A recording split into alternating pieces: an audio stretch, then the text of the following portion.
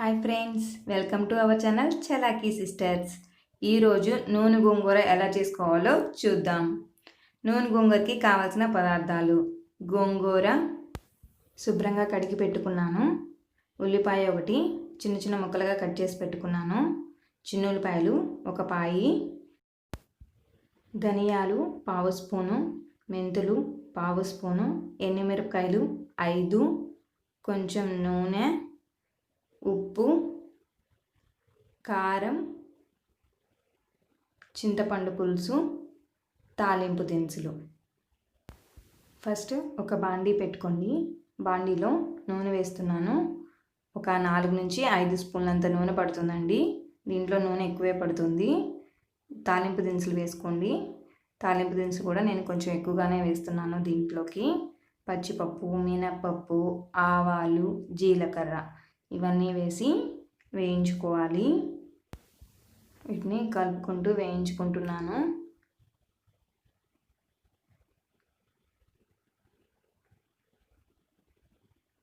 ఇప్పుడు దీంట్లో కరివేపాకు వేస్తున్నాను. మీకు ఇందాక స్టార్టింగ్లో చెప్పడం మర్చిపోయాను.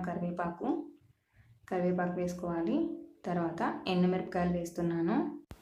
ఈ నూనె గోంగూరలోకి ఎండుమిరపకాయలని ఇలా బారుగానే వేసేస్తానండి, కట్ చేయను ఎండుమిరపకాయలని. తర్వాత ధనియాలు వేసుకోండి. తర్వాత మెంతులు వేస్తున్నాను. ఇప్పుడు చిన్నులపాయలు వేసుకోండి. దీంట్లో ఎక్కువ చిన్నులపాయలు వేసుకుంటేనే బాగుంటుంది. ఇందాకే ఆల్రెడీ అన్నీ తొక్కు తీసుకొని పెట్టుకున్నాను. ఒక్కొక్క ముద్దకి ఒక్కొక్క చిన్నులపాయ తింటాను నేనైతే, అంత ఇష్టం నాకు. ఇప్పుడు దీంట్లో ఉల్లిపాయలు వేసుకోండి.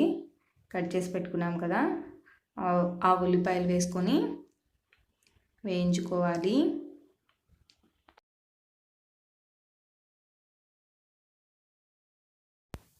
ఉల్లిపాయ వేగిపోయింది, చూసారు కదా, ఇలా వేయించుకోవాలి. ఇప్పుడు దీంట్లో ఇంగువ వేసుకుందామండి. నేను స్టార్టింగ్లో వేయటం మర్చిపోయాను, అందుకని ఇప్పుడు వేస్తున్నాను. నూనెలోనే వేగాలి ఇంగువ అనేది. నూనెలో వేగితేనే మంచి స్మెల్ వస్తుంది ఇంగువ. ఇలా వేసి వేయించుకున్నాను.